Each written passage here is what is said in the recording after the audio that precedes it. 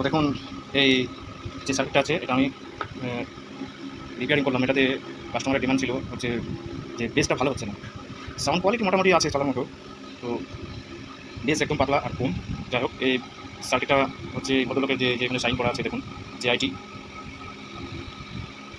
তো সম্ভবত এটা বর্ধমান ডিস্ট্রিক্টের কেউ হয়তো তৈরি করেছেন। তো এটা আমাকে রিপেয়ারিংয়ের জন্য দেওয়া হয়েছে। তো আমি চেষ্টা করছি বেসটা বাড়ানোর জন্য। তো বেসটা বাড়িয়েছি। এখানে যে স্টেজটা দেখছেন এই স্টেজটা আগে লাগানো ছিল 10K। তো একটা জিনিস মনে রাখবেন, যারা এরকম ডেক বানাতে চাইছেন বা বানাচ্ছেন তাদেরকে বলবো যে এই জায়গার যে 10K রেজিস্ট্যান্সটা আছে এই 10K রেজিস্ট্যান্সের পরিবর্তে অন্য কিছু লাগাবেন, লাগিয়ে টেস্টিং করে দেখবেন যে তার বেস কোয়ালিটিটা কেমন হয়। অবশ্যই এখানকার রেজিস্ট্যান্সটা চেঞ্জ করবেন। এটা হচ্ছে এই রেজিস্ট্যান্সটা হচ্ছে যে লাস্ট যে ট্রানজিস্টার আছে, ট্রানজিস্টারের যে সাপ্লাইটা ঢুকানো হচ্ছে দুটো রেজিস্ট্যান্স দিয়ে হচ্ছে।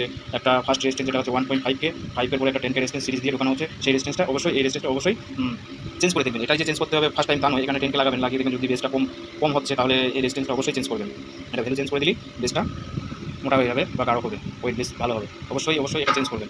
তো চেঞ্জ করার পর যদি না হয় তখন এখানে যে এটা ক্যাপাসিটার আছে, ক্যাপাসিটারের ভ্যালুটা যদি 25 ভোল্টে করেন, 25 ভোল্ট লাগানো থাকে তাহলে এক কাজ করবেন, 25 ভোল্টের জায়গায় 50 ভোল্ট লাগাবেন। 50 ভোল্টও যদি কম হয় তখন 63 ভোল্ট লাগাবেন। 33 volt, 33 MMT, 25 volt, 25 volt, 50 volt, 63 volt, এই তিনটে যে ভোল্ট বলে দিলাম এই তিনটে ভোল্ট অ্যাপ্লাই করবে। অবশ্যই বেসের কোয়ালিটি চেঞ্জ করতে বাধ্য হবেই। 47 লাগাবেন না, 47 লাগালে গেনটা হাই হয়ে যাবে, 47-এর দরকার নেই। 22, 33 কিংবা 10, এই তিনটের মধ্যে যে কোনো একটা নাম্বারের ক্যাপাসিটার লাগাবেন, লাগালেই সাউন্ডের গতিবেগ আলাদা হয়ে যাবে।